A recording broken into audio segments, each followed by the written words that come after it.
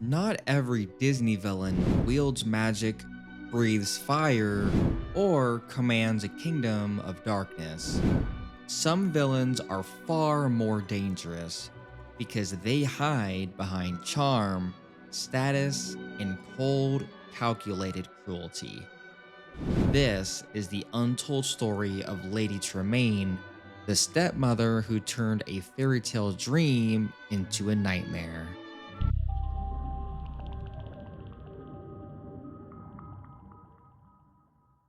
And before we dive in, a big thank you to everyone who's been supporting my videos recently and leaving comments. I do read each and every one. And if you enjoy deep dives like this, don't forget to hit that like button, subscribe, and comment down below which Disney character you'd like to see next. Lady Tremaine, often called the Wicked Stepmother, made her debut in Disney's Cinderella 1950. Voiced by the brilliant Eleanor Audley, the same actress who later voiced Maleficent, Tremaine was designed not as a monster, but as a woman whose quiet malice made her terrifyingly real. According to Disney's early concept art and production notes from the Disney archives, the 1950 animation department memos, Tremaine was envisioned as a woman of grace, beauty, and social refinement, whose evil is born from jealousy and control, not chaos.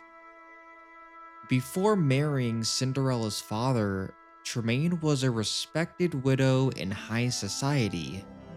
But after his sudden death, she inherited little, leaving her with fading wealth, two spoiled daughters, and a burning resentment for her stepdaughter, whose kindness and beauty made Tremaine's own family look small in comparison. Her jealousy wasn't explosive, it was strategic.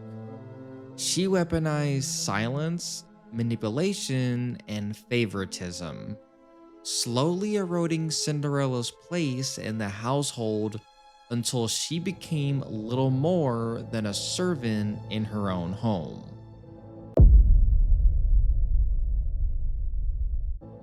Lady Tremaine isn't just another villain, she's a psychological study. Unlike Ursula or Jafar, she doesn't crave magic or kingdoms. What she craves is control. Control over her family, her image, and most of all, her daughter's destiny. Psychologists have often referred to her as an example of narcissistic parental abuse, where love is mere conditional and hierarchy defines worth. Every glance, every word from Tremaine is perfectly measured, calm on the outside, venomous underneath. Even her home, Château Tremaine, was animated with cold blues, sharp angles, and long shadows. Everything about it feels suffocating, reflecting her need to dominate through environment, not confrontation. And the most chilling thing, she never even raises her voice. That quiet cruelty is what makes her one of Disney's most unsettling villains. When the royal ball is announced, Tremaine sees it not as Cinderella's chance, but as a threat. Her daughters, Anastasia and Drizella, symbolize her failed ambitions. Clumsy, selfish, and vain.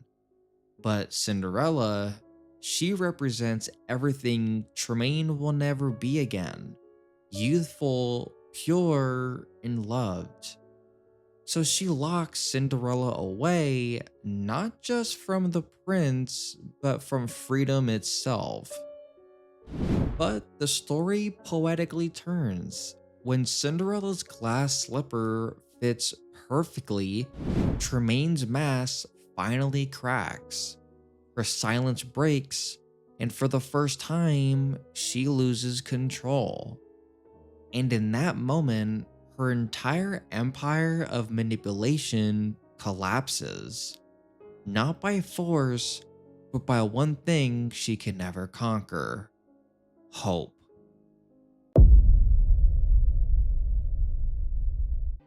Over the decades, Lady Tremaine became an archetype, the gold standard for subtle Disney villainy.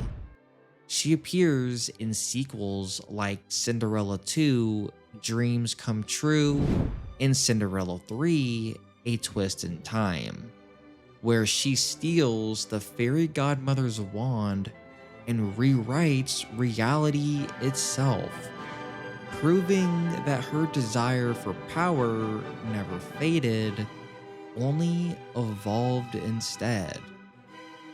Her character has appeared on stage in Disney on Ice, Disney's Cinderella Broadway musical, and even on the Disney Cruise Line stage shows, where her regal manner and sharp wit continue to command attention. In Disney parks, Lady Tremaine is one of the few classic villains who maintains regular meet and greet appearances at events going on right now, like Mickey's Not So Scary Halloween Party and Villains Grove over at Disneyland. She also appears in the Festival of Fantasy Parade at Magic Kingdom, elegantly standing beside her two daughters in their comically exaggerated ball gowns. And her influence continues into merchandise. From the Disney Villains designer doll series to limited edition pins, Tremaine's collectibles remain among the top selling villain lines. Lady Tremaine's legacy expanded even further through live action reinterpretations. In Disney's Cinderella in 2015, directed by Kenneth Branagh, Kate Blanchett portrayed her with an icy humanity, transforming the villain into a tragic widow, driven by grief and envy rather than pure malice. This gave modern audiences a glimpse into why Tremaine became who she was, a reflection of broken dreams in a world where a woman's power was often limited to appearances and social climbing. Even the Descendants franchise reintroduced her lineage through her daughter Anastasia's descendants, a nod to how far her influence has spread in Disney canon.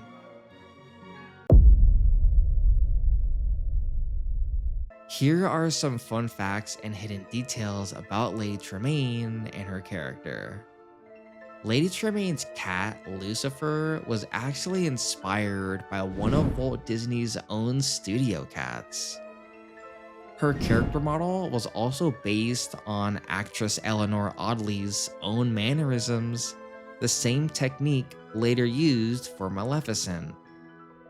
The animators gave her eyes a faint green tint, symbolizing envy, a detail I think that most fans miss.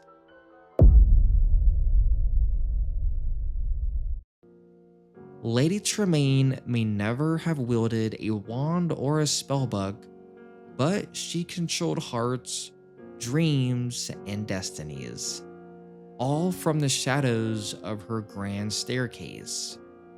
Her story reminds us that evil doesn't always shout, sometimes it whispers.